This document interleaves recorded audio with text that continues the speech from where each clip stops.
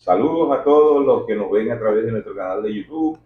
Hoy vamos a continuar una entrevista que teníamos pendiente con el señor Omar Márquez. Nos quedó pendiente una parte de la entrevista y hoy vamos a cumplir con la palabra prometida en este 2025. Tenemos de nuevo a Omar Márquez, siempre es grato conversar, amplio conocedor de la vida cotidiana desde hace unos cuantos años hasta acá, el único sobreviviente del comité organizador de los 250 años de la villa. Ya la villa cumplió 300, ya vamos por 302, por 302. Y Omar Márquez sí acá presente, gracias a Dios, Omar. Gracias por atendernos, ¿no? Tu saludo a la audiencia. Oh, muchas gracias. Y contento de ser el último sobreviviente porque los demás ya no pueden contar estas historias. Hablando de historia, Omar, ahorita se formó una comisión de investigación, Padre Marcelino. Entonces yo hacía referencia a que estamos yendo a la fuente primaria, a los archivos, al acervo histórico del Estado Zulia, para no repetir lo que otros han escrito, sino ver la fuente que está allá en el acervo histórico del Estado Zulia. Yo decía que creo que somos pioneros en esto. Sin embargo, tú me hacías la observación que alguna vez tú y Juan de Dios Martínez estuvieron investigando en el acervo. Yo quisiera que me hablaras un poco sobre esto y sobre ese misterio que a mí me llamó mucho la atención, que la villa estaba rodeada por un río. Cuéntame un poco de eso. Bueno, sí, eso fue un poco antes de los 250 años. Vamos a decir que no fue preparado para la fecha, sino que en el afán investigativo yo me fui al acervo histórico y me puse a, como dicen, a esculcar libros y a buscar información. Estando allá me conseguí con Juan de Dios Martínez Suárez, para la época enemigo mío. Para la época enemigo mío, porque en la universidad yo participaba con la izquierda, con el MAS, y él era de la DCU, de la Democracia Cristiana. Y habíamos tenido varios encuentros, pero la investigación nos unió. Entonces convinimos para no repetir trabajo, que lo que él consiguiera de Perijay de la Villa, él me lo pasaba a mí. Y lo que yo consiguiera de Bobures y de los chimbangles y de que era lo que le gustaba a él, yo se lo pasaba a él. Así estuvimos un tiempo buscando información. Él consiguió una descripción de José Domingo Ruz y me la pasó. Yo tuve el privilegio, bueno, no había sido editada, era inédita, como decimos. Y él me pasa esa información, yo la conservo, se la hago saber a algunas personas que sabía que les interesaba el tema. Posteriormente vino una gente de la revista Resumen a hacer un trabajo un poco empujados por Ugadi para hacer un trabajo periodístico sobre la villa y buscan información.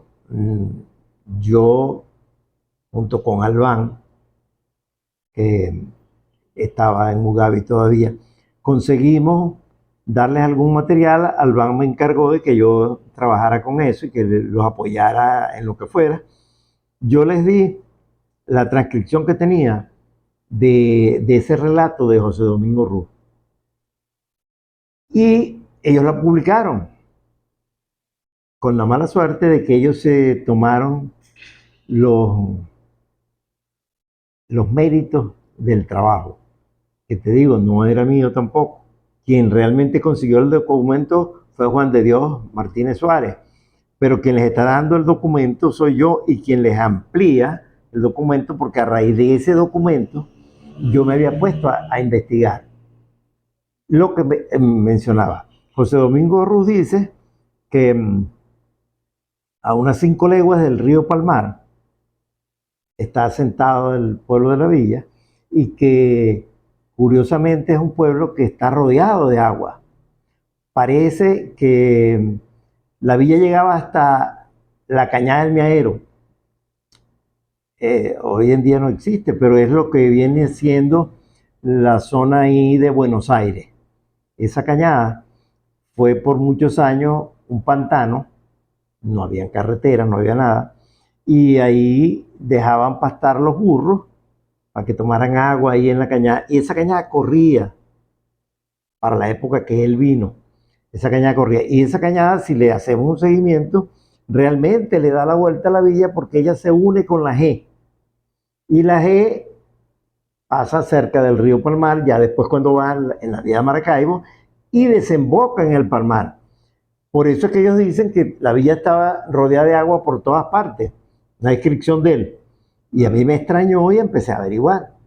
Y ciertamente, si había agua en el Miaero, que vamos a decir pudiera ser tal vez la zona más seca, fácilmente vemos que sí, que le da la vuelta a la villa. Los caños ya no son ríos, ríos nomás que queda el Palmar. Ya esos son caños que para la época debieron tener caudal y no secarse.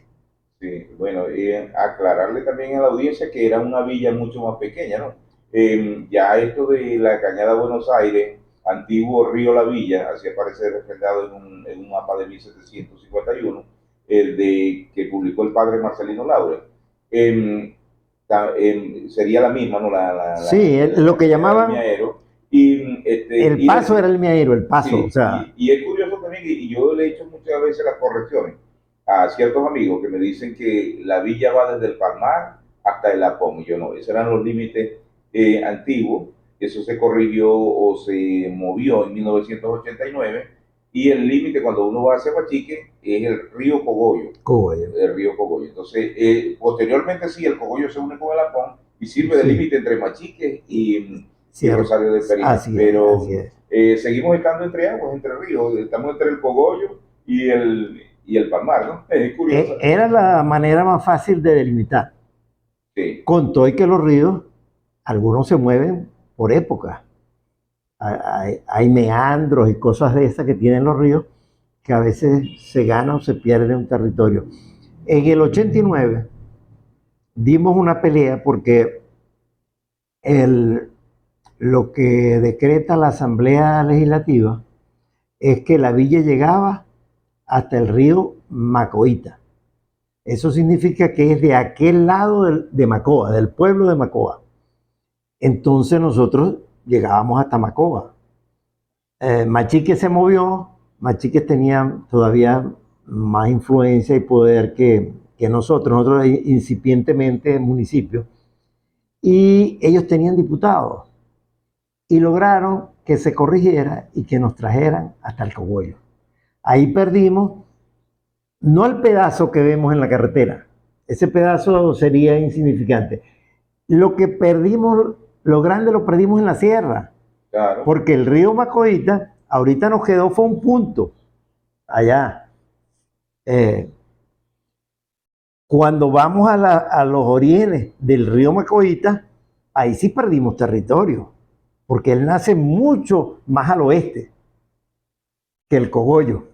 Cogollo es un río que nace prácticamente aquí en la serranía donde están los campesinos, en Río Piche, por ahí. Pero el Macoita sí viene de más arriba y más al oeste. Ahí perdimos territorio. Esa pelea la dimos. A mí me tocó por Asivi. Redactamos un documento, lo llevamos, pero no teníamos los votos en la asamblea. Sí, Machique sí los tenía. Decirle a nuestra audiencia que tengo constancia, se me hizo llegar ese documento que hizo el bloque interinstitucional, y de verdad que creo que fueron los únicos que se pronunciaron. Otros fueron como que más conformes, ¿no?, con la decisión, y sin embargo ahí se votaron una serie de peticiones que se le hizo al presidente de la Asamblea Legislativa, Guillermo Lugo Zarco. Y yo tuve la oportunidad de leer ese documento en mi mano. Bueno, no es que creo que los demás fueron, sino que la iniciativa fue de ACIBE. Cuando ACIBE decide llevarlo más arriba, invita a una figura que ya prácticamente no existe, que era el bloque interinstitucional.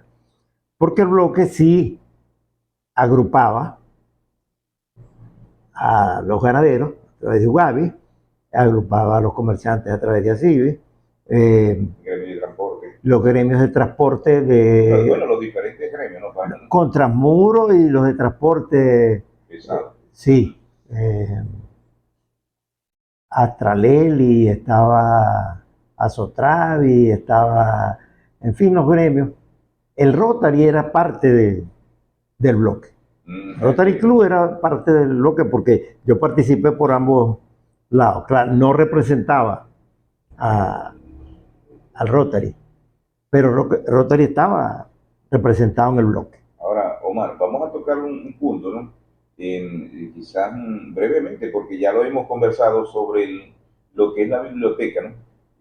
Recientemente estuve en el acervo y vi que en 1947, 48, allí funcionaba un comedor. Hay pruebas, hay fotografías de esto, ¿no? Mi suegra fue la ecónoma, le decían, era el cargo de ese comedor por muchos años, Rosalina Costa. Ella fue la ecónoma de ese comedor. Ahí funcionó. Anterior a eso, mi memoria no me da para allá porque estaba muy chiquito. Pero conocí la familia que vivía ahí, que eran los Homes. Eran unos árabes libaneses cristianos que se asentaron en la villa. Ellos se hicieron dueños o compraron, desconozco la manera, desde la Alcabala, actual Alcabala, hasta el río Palmar. Todas esas tierras del margen derecho, de aquí para allá, y un pedazo del margen izquierdo fue de esa familia. Esa familia vivió ahí y esa casa, cuando ellos se mudaron para Maracaibo, esa casa quedó sola. Entonces la convirtieron en un comedor. Y por años fue comedor. Sí. También leía en una crónica del doctor Octavio Montero que allí vivió la famosa partera Regumilda López, también, quizás en épocas más pretéritas, ¿no? No sé. Y yo te hago todo este... No conocía de Reumilda, pero bueno, sí. es posible que sea a la ida de los hombres, es posible. Sí. Porque entre ser comedor y que los hombres se fueran para Maracaibo, ahí debieron pasar un tiempo. Y no sé si esa casa quedaría sola, no sé. Sí, es cuestión de ubicar la fecha. Alguien me comentaba por ahí que quedó también abandonada y de esa fue la génesis de la biblioteca. Me dice, por ahí se reunían muchos muchachos cabezas calientes, intelectuales de la época y fueron los que comenzaron a hacer la colección de libros, ¿no? No, la biblioteca la arranca nosotros, que es a los cabezacalientes que se refieren en la conversa, porque ciertamente nos reuníamos ahí. Pero ya la biblioteca estaba naciendo o había nacido. Eso fue una creación de la Junta Cívica de Bienestar Social que dirigía Manuel Ballesteros. Manuel Ballesteros fue un hombre de ideas progresistas, muy adecuado políticamente, pero él siempre tuvo algunas preocupaciones por desarrollar cosas en la villa. Y él se empeñó en hacer una biblioteca, le puso nombre Salvador García. Creo que Salvador García era hasta pariente de él, no sé en qué grado, o de la esposa de él, no sé si era de la esposa de él o de él. Pero Salvador García fue un bachiller prominente para la época, cuando no habían bachilleres. Ser bachiller era un título bastante grande. Él funda la biblioteca, nosotros para esa fecha, yo estudiaba primaria, no era muy asiduo a la biblioteca. Cuando empecé en bachillerato, te voy a ser sincero, no recuerdo quién era el bibliotecario. Pero ya en tercer año de bachillerato, el bibliotecario era el que después fue el doctor Omer Martínez. A él le recibo yo la llave de la biblioteca. Y yo estuve alrededor de 5 años. Yo me retiré, estos son hechos históricos, porque Manuel Ballesteros decide abandonar ya él tenía tantos años en la Junta Cívica y ya él decide no, no seguir bregando en eso. Y los últimos que habíamos estado indirectamente manejando la biblioteca éramos ese grupo de muchachos que nos reuníamos ahí, que lo usábamos como parte de nuestro quehacer diario, porque era nuestro laboratorio, era nuestro todo. Y decidimos apostar por hacernos cargo, porque de hecho estábamos hechos cargo. Lo que no estábamos era de derecho, no éramos parte de la Junta Cívica de Bienestar Social. Pero quienes manejaban la biblioteca éramos nosotros. Ya la Junta Cívica, Omer Martínez, ya se retira porque ya no le pagan. El sueldo eran 150 bolívares mensuales, el último sueldo que yo logré cobrar. No, no alcanzaba para mucho, pero Omer se retira y yo me hago cargo, más por interés de tener, yo vivía en Las Palmeras, de tener un sitio aquí en el centro del pueblo, para no tener que estar viajando, pues nos íbamos, papá me buscaba a las 9 y si no estaba desocupado, él se iba, yo tenía que irme a pie, no había otra alternativa. En esos quehaceres nos íbamos varios muchachos de la época, ¿no? Eh, nos íbamos unos muchachos que vivían en la Alcabala, que eran los Soler, era Agustín y no recuerdo el nombre del otro, era este muchacho Rómulo Rondón, estaba Finol, de los Finoles de Fica, el menor de ellos, se me van a veces algunos nombres, ¿no? Pero éramos los que cogíamos ese camino. Sería Gabriel y Dineo. Y Ireneo. Ese camino a veces nos tocaba y llegar a Las Palmeras y no había pasado un carro. No había pasado un carro. Y la carretera era bien angosta. Era muy angosta. La carretera muy fina para la época. Yeah. Como anécdota te voy a decir que en 2 oportunidades me quedé dormido caminando. Y en una me di cuenta que había caminado más de 100 metros. Dormido. Y en otra oportunidad había caminado como 60 metros. Esa fue muy peligrosa porque ahí sí perdí la orilla. Ya cuando desperté iba más de medio a medio de la carretera. Pero como te digo, no había tráfico. No había tráfico. Y de noche los únicos carros que uno veía por ahí traficando eran los famosos madereros. Esos viajaban de noche. No sé si para evadir las alcabalas o cuál era el fin, pero los madereros normalmente eran los vehículos que se movían de noche. Sí, yo creo que hasta ahora que desaparecieron recientemente, ellos siempre hacían sus actividades en la noche. En la noche. Sí, sí, sí. Así La mayoría de las actividades ilícitas, evadir algunos. Sí, no sé qué tan ilícitos serían, pero recuerdo como que el miedo que tenía uno de conseguirse era un maderero, ¿no? Era lo más... Omar, estamos hablando estamos ahí en la biblioteca, vámonos Ajá. a la Plaza Bolívar, la plaza que tú conociste. De esto hablamos la vez pasada, pero no... La plaza que conocí yo de niño no se parece en nada a la plaza que tenemos hoy. La plaza que conocí yo de niño había sido hecha tomando un nivel completo. Entonces tenía zonas muy altas, como la esquina que da hacia las monjas, era alta, tenía 1,20 o algo así. La esquina de la policía, El museo. lo que hoy en día es el museo, era alta. Entonces tenía las escalinatas estaban entre 2 paredes y iba subiendo al centro. Eso era muy alto. ¿Y qué había en el centro, por cierto? No, había una estatua de Bolívar en bronce, pero solo busto. Solo busto, mirando en la misma posición, porque había una normativa que en estos días en los Andes me pareció que la estaban violando, y era que todas las estatuas de Bolívar deberían mirar al sur, porque Bolívar miraba era al sur. Y esa fue una normativa que en todos lados se ponían las estatuas de Bolívar mirando al sur, aunque miraran una pared, pero eran mirando al sur. Sí. Y esa estatua miraba igual que esta, y era un busto en bronce. Ya. Y la otra esquina, nos falta la esquina del carro, ¿verdad? Eh, Yo esa no también. era tan alta. Mm, Esa no era tan alta. La esquina más alta era la esquina de la biblioteca. mhm. Esa tomaba los niveles del resto de la plaza. Estamos hablando de cuántos metros más o menos de altura. En la parte más alta debió tener unos 30, creo que no llegaba a metro y medio, pero Mm, y no te doy más precisión, pues yo estaba muy pequeño, entonces a uno pequeño todo le parece más grande y más alto. sí. Y Omar, se habló mucho del famoso Seibote. ¿Tú lo conociste? En la plaza. Sí, hubo un seibote en la plaza.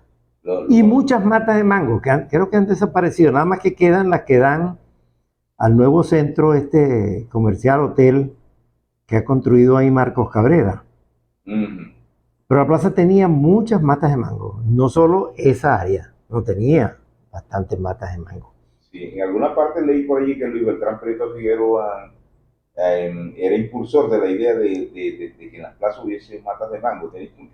Aparte de la sombra, tenían los frutos. De todas maneras, las matas de mango de la Plaza Bolívar son mucho antes de Luis Beltrán. Ujú. No te voy a negar la intención de Luis Beltrán, Sí, sí, pero son muy anteriores, muy ya. anteriores. Como te decía, en la Plaza Bolívar no lo conocí, pero sí he visto la foto y mi papá trabajó ahí. El centro de la Plaza Bolívar no tenía busto de Bolívar, era un tanque de Ujú. agua, tanque reservorio de agua, que se había hecho años atrás para que la gente no tuviera que ir a la Cacimba, que era el sitio de donde se extraía el agua y algunas casas tenían pozos. Bueno, para que calculemos más o menos, Omar, sobre todo la nueva generación que nos está viendo, la Casimba estaba más o menos en qué sector, En los fondos del cuartel, en los fondos del cuartel. sí. Ah, y de allí se traía agua. La gente Ah, tenía que ir a buscar en burro y en lata. mm, A esa figura ha desaparecido, pero casi todo se movía en lata. Eran unas latas cuadradas de unos 20 litros que se les quitaba la tapa, se les ponía un palo en el centro para poderlas agarrar. Esas latas normalmente eran latas de manteca, que era lo que se usaba, no se usaban los aceites para cocinar, sino la mm. manteca. Esas latas de manteca, que eran bastante fuertes, eran las que se usaban para carretear Yo recuerdo una el manteca agua. del rey. ¿No? Y los tres Los cochinitos, tres muy cochinitos. famosa. Sí, muy famosa. Ya estos tipo balde, eso es de hechura reciente más bien. Entonces, Omar, la idea era traer agua desde la De Cacimba la Cacimba a la Plaza a la Bolívar. plaza, que lógicamente estaba más céntrica, más cercana, ¿no? Sí, lo que era la villa eran los alrededores de la plaza. Sí, Los alrededores de la plaza. Ya el mercado, me cuenta papá y otros que el mercado era un potrero medio pantanoso donde, los potreros de Manuel Montero. de donde guardaban, ponían a pastar los burros y ciertos animales. Mm, Y yo sí conocí, el mercado más o menos estaba nuevo, y lo que hoy es la Plaza de las Madres era un solar amplio con muchas matas, donde se ponían los plataneros y se ponían los transportistas de ganado. Ahí veía siempre estacionados bajo las matas los camiones de ganado. No había Plaza de las Madres, era solo eso. ok. Esa época, Y sin embargo, la plaza de Urdaneta sí es antigua. sí, esa sí existía. La Sí. Plaza Urdaneta existía. La que no existía, entre la Urdaneta y el mercado, estaba ese pedazo de tierra ahí. Nosotros, cuando nos daban chance, que no habían camiones, yo llegué a jugar béisbol ahí, porque era un campo y tenía las matas un poco como está ahora, más o menos en los alrededores.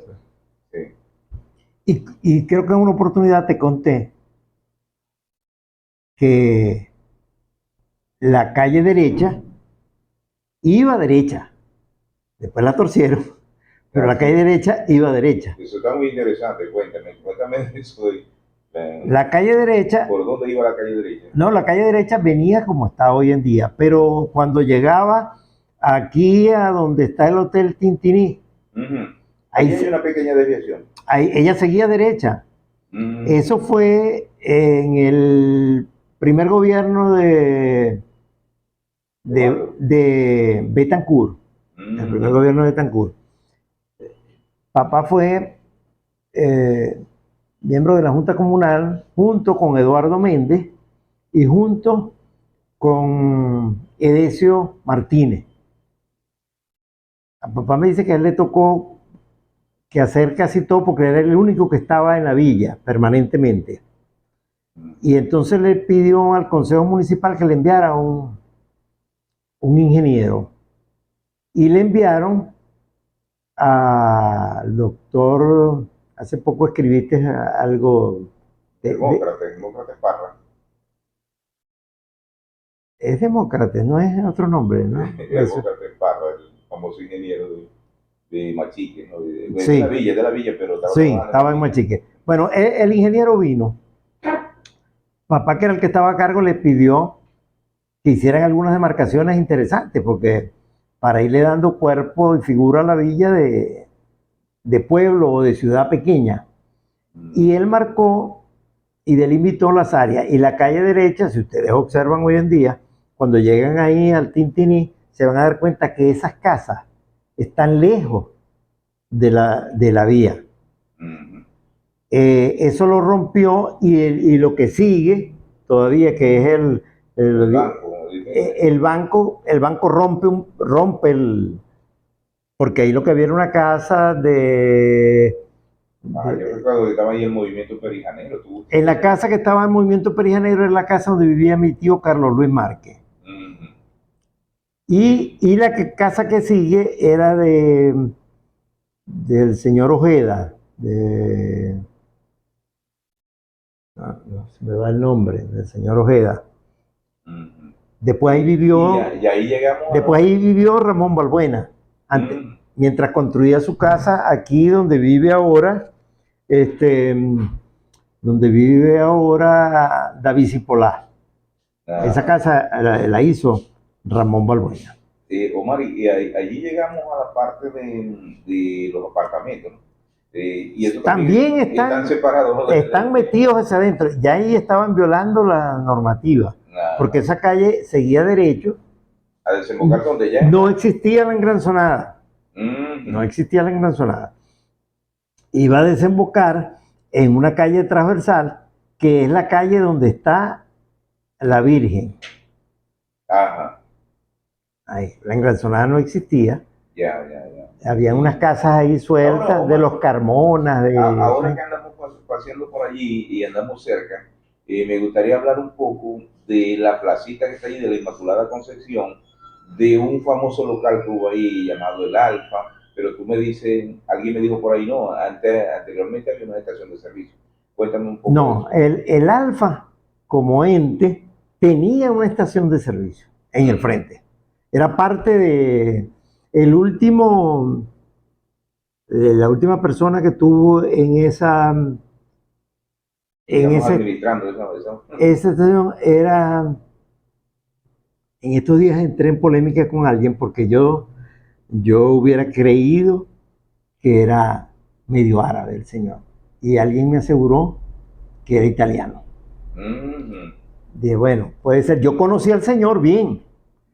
El señor vivía, su casa de habitación es donde hoy en día está el negocio de Amancio Cuello, o sea, ¿cómo se llama ese negocio? No recuerdo. Ahí antes de llegar a Placonca. Fátima, por ejemplo. No, del otro lado y más abajo. Ya. Antes de Placonca. Es un negocio que tiene un nombre Ese señor vivía ahí. Era una casita buena, pero bastante modesta. Pero recuerdo mucho que el garaje, vamos a llamarlo garaje, que no era un garaje, pero lo que fungía como garaje, era una estructura que él le hizo y tenía matas de uva que en forma de enredadera cubrían y hacían el garaje. Vamos a llamarlo garaje. No era un garaje, no tenía puertas, no tenía nada, pero era para que el sol no le diera al vehículo que él tenía. Omar, ahorita se están haciendo nuevas construcciones allí en el terreno de donde estaba el Alfa. Sí, A mí me impresionaba el basamento que sacaron de allí, impresionante, sí. una tremenda base, yo creo que eso era anticismo. Yo quisiera que me hablara un poquito de la Alfa como centro de El diversión. Alfa, yo lo conocí, pues estaba todavía un muchacho, ya el Alfa existía. Lo conocí bastante bien porque, como te decía antes, la casa de mi tío era donde estuvo el movimiento perijanero, Mm, que es donde hoy en día hay una venta de verduras, Hermanos Contreras, hermano creo, Contreras. sí, al lado de lo que es el BNC actual. Mm, Entonces el Alfa nos quedaba ahí, pues, o sea, íbamos. Ahí en carnavales, que era la fecha, no existían las ferias de la villa. La fiesta más grande que tenía este pueblo eran los carnavales. Y las elecciones más reñidas y más todo, y más controvertidas y todo, eran las elecciones de la reina del carnaval.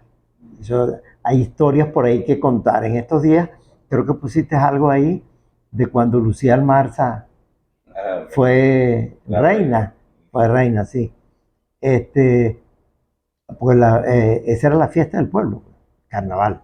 Y los carnavales se hacían, siempre se ubicaba un sitio, pero el Alfa, que era un sitio más privado, también hacía sus fiestas de carnaval, la Mm, fiesta del carnaval. Y en la fiesta de carnaval siempre había un intercambio de reinas. Había un día que le tocaba a San Ignacio, a Villavieja y tal. Entonces todas las reinas, incluyendo San José y Machique, se juntaban el día que le tocaba a ese pueblo. claro. Entonces el día que le tocaba a San Ignacio, estaba la reina de la villa, la reina de San Ignacio, la reina de San José, la reina de Machique, los pueblos que elegían reina. Había pueblos que no tenían poder para poder elegir reina. ¿Y qué hacíamos los jóvenes, los muy jóvenes? Íbamos a todas esas fiestas. Entonces cuando había una fiesta en San Ignacio, ya se llenaba, porque cada reina y cada pueblo Claro. aportaba gente, y aportaba su reina, y aportaba su... A veces había hasta inconvenientes de algunas peleas por ahí, pero eran alegres, Normal. eran alegres, eran alegres. Entonces el Alfa ya existía. Por muchos años, el Alfa lo manejó Amílcar Pirela. Mm, Amílcar era artista, siempre se acompañó de la guitarra y cantaba. Era muy dado a las rancheras. Le gustaban mucho las rancheras y algunos boleros. Y en el Alfa había un área atrás con unos 2 mesas de billar. No conocíamos los pool. Los pool llegaron años después. En esa época lo que había eran mesas de billar. mm, Y ahí habían 2 mesas de billar. Aquí adelante habían unas mesas de dominó. Y a un lado funcionaba una especie de restaurante o un restaurante. Años después, los Pirela le hicieron una caseta visto de frente a mano derecha que ya quedó más al aire libre y lo convirtieron en una, vamos a decir, una pista de baile, bajo mm, techo, pero al aire libre, no dentro de la edificación de lo que era el Alfa, que era una edificación muy alta, era altísimo. Yo creo que el techo del Alfa debía tener 8 metros, 7 metros. Y al frente del Alfa, visto de frente a mano derecha, había una islita con 2 surtidores de gasolina y unos tanquecitos pequeños. Creo que los tanques eran como de 5.000 litros, eran pequeñitos. mm. Esa funcionaba a rato. Después que se fueron haciendo las otras estaciones más grandes, esa fue quedando ahí en el olvido, en el olvido. Y el señor que la atendía, Borrego Bolo le decíamos, porque era bastante calvo, bajito, llenito. Tenía una mujer muy bonita, blanca de ojos, creo que era azules, y Mm, joven, mucho más joven que él. Este, ese señor sobrevivió ahí de alguna manera, porque te voy a decir que yo muy pocas veces vi carros ahí, pero la bomba estaba. Y él estaba. Él estaba ahí. Extrañamente. Sí, él estaba ahí. Él estaba ahí. El borrego bolo, como le decíamos, estaba ahí. ¿Y por qué se acabó el Alfa, chico? Algo tan bueno, tan... El Alfa tuvo muchos altos y bajos. Cambios de administración, cambios de tal. Pero lo que las selló definitivamente fue la muerte de un cliente asiduo de ahí, que en una jugada de dominó, el señor que era para la época, fungía de, no sé si era dueño o administrador, que era Valmiro Badel, asesinó a un mecánico muy conocido de aquí de la villa, apellido García, le decían Coplón, no me voy a recordar el nombre, pero ahí mataron a Coplón. Eso hizo que se cerrara y ya las tragedias que vinieron alrededor de todo, cada vez que hay un muerto en un local de este tipo, lo cierran por un tiempo y tal. Ya de ahí ya el Alfa no volvió a abrir. Sin embargo, ellos, como era de la gente de Alfa, construyeron aquí adelante, más pegado a lo que era el Banco Maracaibo, un localcito de placa pequeño y metieron unas cavas ahí y siguieron trayendo helados ahí. Ya. El último que recuerdo que estuvo ahí fue Dio Berriba, que estuvo a cargo de los carritos, llenar los carritos con unas cavas que había, llenar los carritos y soltarlos a la calle. Casi siempre eran guajiros los que empujaban los carritos esos y se andaban toda la villa vendiendo helados Alfa. Muy buena calidad, excelente calidad. Ahora, Omar, yo quisiera, como el tiempo de televisión es muy corto, y nos está apurando ya, Sí. Hablar un poco, creo que en una oportunidad me hablabas tú del crecimiento demográfico de la población de la villa. Decía que había un aviso en donde hoy está el terminal. Sí, hay un aviso de la Pepsi-Cola que decía bienvenido a la villa, 12.000 habitantes. 12.000 habitantes. Eso no se me olvida que ese era grande. Y había un aviso ahí frente al Alfa que había hecho un club de leones. Hay una placa grandota y tal, que también no se me olvida. Decía, camine por su derecha viendo siempre los carros de frente. Se indicaba que siempre trataras de ponerte sí, claro, frente a los carros. De espalda te pasa el carro muy cerca, ¿no? O te puede llevar y no te des cuenta. Tú ves si te viene para encima o tal. Ese era un aviso del Club de Leones, que estaba, vamos a decir que ahí por los frentes del BNC, este lado en la orilla. Y tenía esas dos indicaciones, camine por su derecha y siempre que los carros le vengan de frente, que usted los pueda ver. Y bien, un consejo útil para... Muy útil, eso fue del Club de Leones. Si me preguntáis de cuál Club de Leones, no sé, porque el Club de Leones creo que para la fecha existía en Machique, creo. No te lo puedo asegurar porque no sé en qué época se fundó el Club de Leones de Machique. Esa información no la tengo. Sí, sí. Y bueno, pues podríamos, ahorita recordábamos también de las amistades de tu papá, el famoso Agustín Arteaga. Me gustaría porque la gente aquí en la villa ha quedado como un referente histórico. Sí, la tienda de Agustín. Agustín Arteaga y otros señores más eran visitantes asiduos de mi casa los domingos.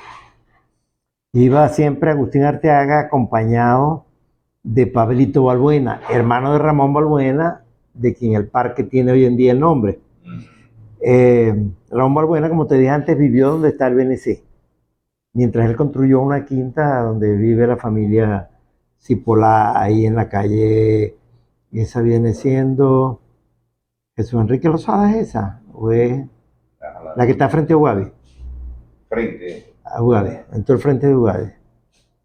Sí, pues sí, creo que la bueno, ahí vivió Ramón Balbuena y Pablito. O la 18 de octubre. No, 18 creo que es la de más atrás, la del fondo de Ugabe. Si no estoy equivocado. O es al revés. Bueno, ya nos ubicaremos por ahí con un plano. Iban Agustín Arteaga, que era muy frecuente, que siempre andaba acompañado de Pablito Balbuena. ¿Llegaste a comprar allá Sí, claro. Mi primera bicicleta. Eso fue una odisea comprar esa bicicleta. Mi primera bicicleta la compré aquí a Agustín Arteaga, llegué por casualidad porque Agustín era todero, ahí había de todo. Era ferretería, era venta de instrumentos musicales, ahí había de todo. Llegué en un diciembre y vi una bicicleta marca Oxford, preciosa, roja y blanca, número 20. Me encantó y como él era asiduo a la casa, lo conocía. Le pregunté que cuánto me la vendí y me dijo 120. Dije, bueno, déjeme ver. Fui y rompí un cochinito que tenía, me puse a contar, ese cochinito lo había llenado yo. Cada vez que veía a un tío mío, tío Carlos Luis, él me daba una moneda de 2. Y esa moneda yo no la gastaba, con esas engordé el cochinito. Cuando rompí el cochinito para ver si me alcanzaba para la bicicleta, habían 105 bolívares. Bueno, para la nueva generación tenemos que explicarle lo que eran los cochinitos, ¿no? Era una alcancía con forma de cochino y con forma de gallina, porque tuve de las dos. Unas gallinitas puestas en un nidito con una endijita, había que romperlas, no había cómo sacarle. Uno iba guardando allí, Omar. Sí, iba guardando lo que le caía, lo que le sobraba. Nunca sobraba, pero siempre había la manera de guardar. Eso era como un banco privado. Ese era un banco privado, sí. Rompí y el señor Agustín, que me conocía, me dijo, ajá, bachiller. ¿Qué bachiller? Yo tendría 7, 8 años. ¿Ya tiene para la bicicleta? Y don Agustín, tengo 105 bolívares. Se me quedó mirando y me dijo, no, pero por ese precio no se la puedo dejar. Le pierdo. Bueno, déjeme ver si reúno más. Papá estaba presente y entonces don Agustín, como le decíamos, pero sí se la puedo dejar en 110. Entonces papá dijo, bueno, yo le pongo los 5 bolívares que le faltan. Ese fue el origen de mi primera bicicleta.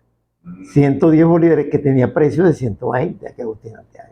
No, entonces a la casa mía iba Carlos Gómez, el papá del músico actual, que era un buen guitarrista, porque allá formaban una tertulia. Papá también tocaba 4 guitarras, y papá tenía 4 guitarras.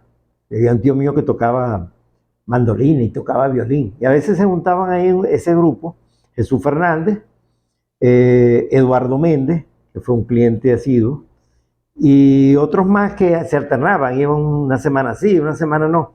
Y cuando iban los músicos, montaban ahí mismo una tertulia de música, con guitarras, 4.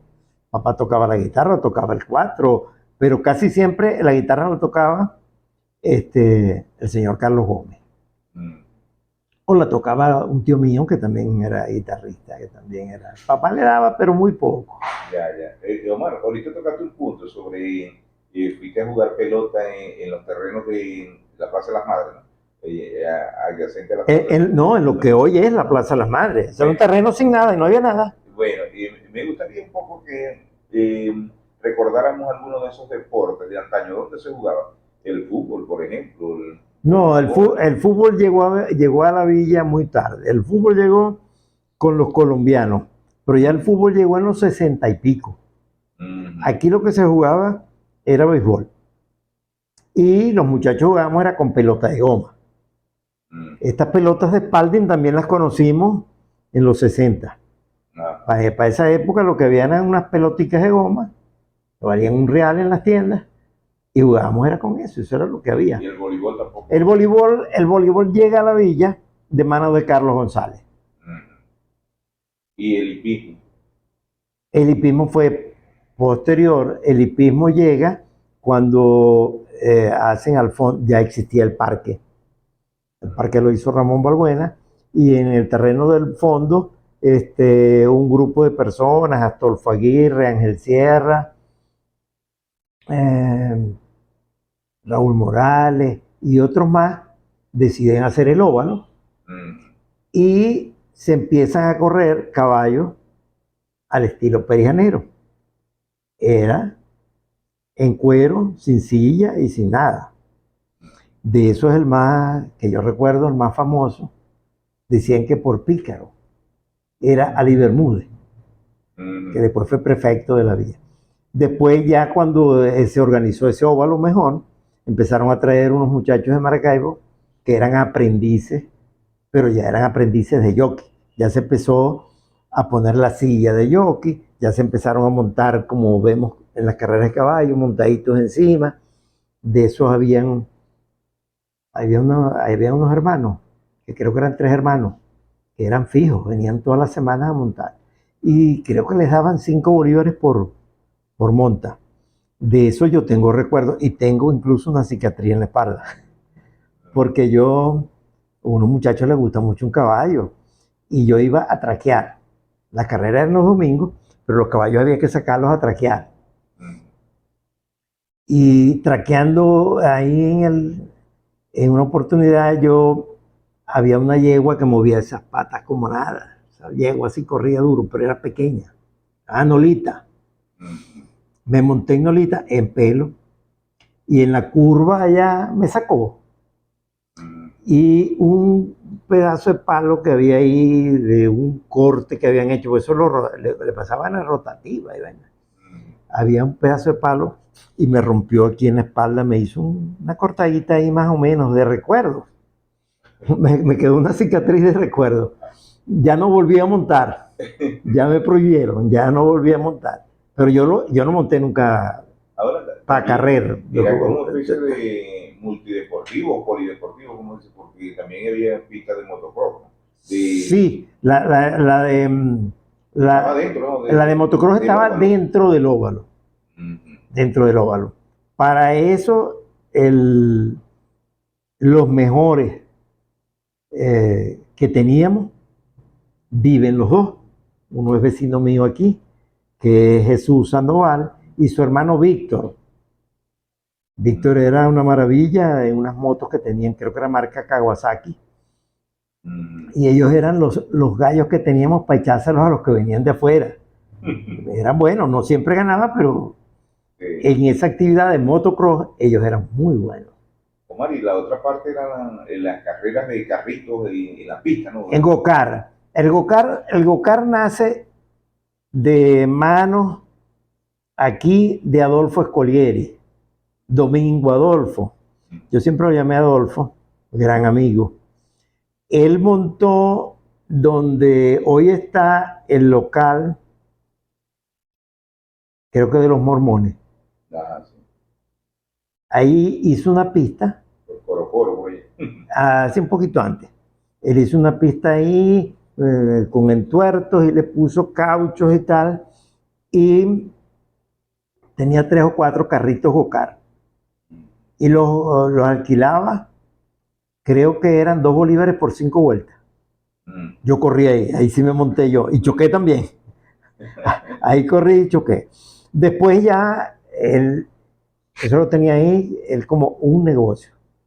Después se hizo en el parque, en un área del parque, lo que hoy en día es la parte alta, se hizo una pista de Go-Kart, que años después se empezó a usar para una figura que ha desaparecido, no lo he vuelto a ver más, que eran los Gincana, que lo hacían ya con camionetas grandes, camionetas de las que usan la mayoría de los ganaderos. Y se hicieron varios gincanas ahí. Y años después se amplió y se llevó hasta abajo. Ahí se ve la ampliación que tuvo la pista, pero la pista era originalmente arriba y se le hizo un sitio del lado, bueno, visto de frente, del lado izquierdo, que era para preparar los carritos, para unos pits. No eran los pits que conocemos hoy en día, pero eran unos pits. Sí, eran unos pits. A mí me llama la atención y yo siempre comento, porque yo a veces voy a caminar, porque ahora lo utilizan para caminar. Sí. Y entonces yo digo, bueno, pues material utilizaron en esta pista, porque eso está todavía en buen estado, ¿no? Está en buen estado. De verdad, ahora el deporte de los gallos se dice que es el más antiguo en Perijá. Sí. ¿Recuerdas alguna gallera aquí? No, yo conocí la gallera donde está. Ajá. La Que gallera. hoy en día ya está abandonada, ¿no? Me estás Después hablando de la gallera de la frontera.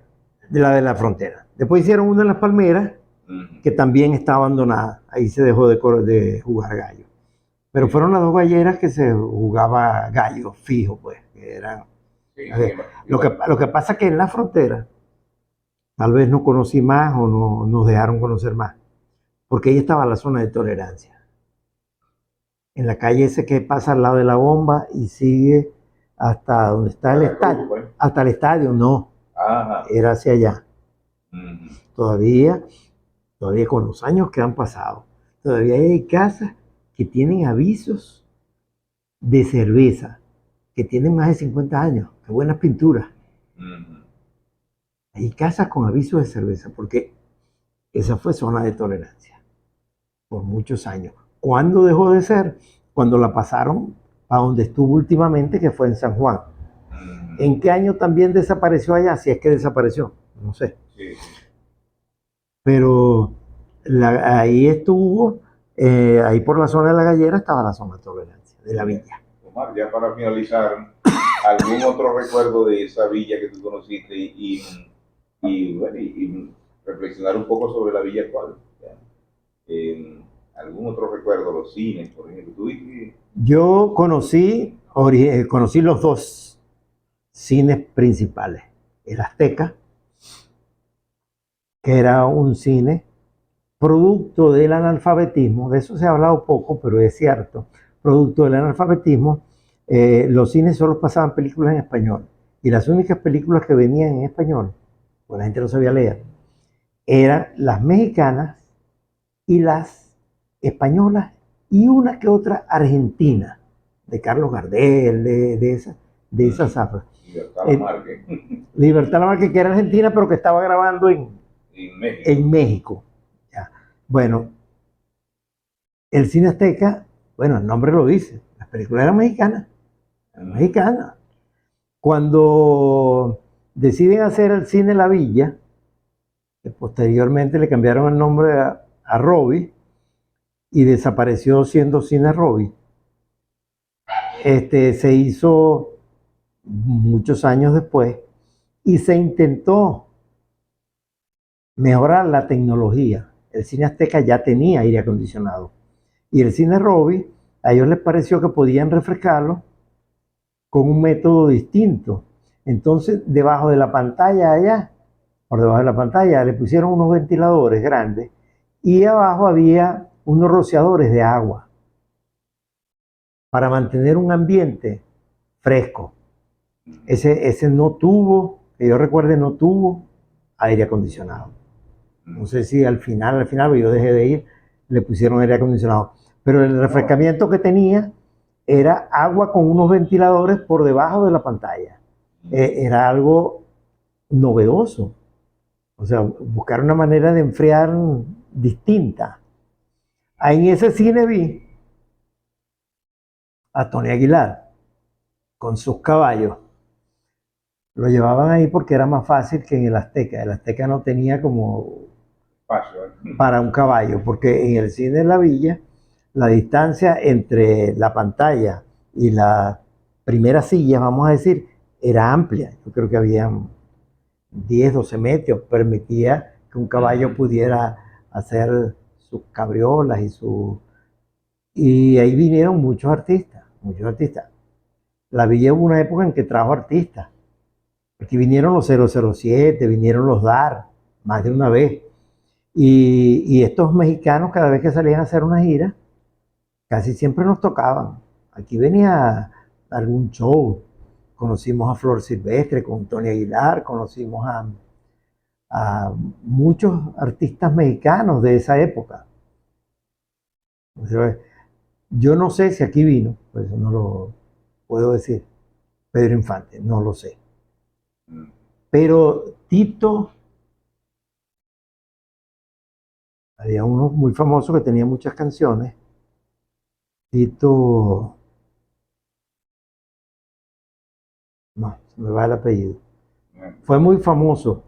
no es Tito Guisa, ¿no? Tito Guízar, qué buena memoria la tuya. Tito Guízar vino aquí a la villa. Tito Guízar vino a la villa y te digo, vinieron otros. Pero uno se acuerda de los más famosos, ¿no? Sí, es famosa la visita de Lila Morillo también, Mario Suárez. Lila Morilla vino con Mario Suárez. Creo que yo recuerde 2 veces. Sí. Era un mujerón, Lila Morillo. Esa Todavía. muchacha que impactaba, tenía un físico que impactaba. Y andaba era con Mario Suárez. Mm. No, el Puma no había aparecido todavía. Era ellos dos, hicieron muchas giras en todo el país. Mario Suárez y Lila Morillo. Omar, ¿alguna reflexión? Los dos maravinos, ¿no? Claro. Los dos maravinos. ¿Alguna reflexión final, ¿no? sobre nuestro pueblo, sobre la villa? Haber llegado a la edad que hemos llegado y poniendo toda la atención en los hechos que vivimos, porque es posible que nos consigamos a alguien de mi misma edad y no recuerde nada, o no le paró bola, nunca se dio cuenta si la rueda giraba a la derecha o giraba a la izquierda. Pero los que estuvimos pendientes y que hemos grabado esos momentos en la memoria, sabemos que la evolución ha sido grande. Grande. Cuando yo recuerdo, muchachos, la engranzonada, era, como lo dice el nombre, era engranzonada. Lo que tenía era granzón amarillo. Y la hicieron para desviar el pueblo, no querían que pasaran por aquí, por el pueblo. Dicen que esa fue una idea de Machique, para que la gente no conociera la villa. Porque el consejo municipal era de allá, ¿no? No sé que sea cierto, no sé. Puede que no sea cierto. Bueno, gracias, Omar, por atender, ¿no? Pero esos son cuentos, ¿no? Esos son cuentos. Muchas gracias, de verdad, Omar. No, un placer. Y si algún momento nos toca refrescar algún hecho más puntual, mejor, estamos aquí, disponibles y dispuestos. Y con ganas de contar, porque seguro estoy, porque lo sé, que te he contado un 20, un 30%. Lo demás no. Hay muchas cosas que a veces me llegan a la memoria. Yo creo que, y que por el tiempo y la cosa, o porque no me lo mencionáis, no lo tocamos, pero, sí, pero que lo conocimos y lo conocemos. Sí, yo creo que esta entrevista vamos a tener que ponerle como le colocamos a la otra, continuará.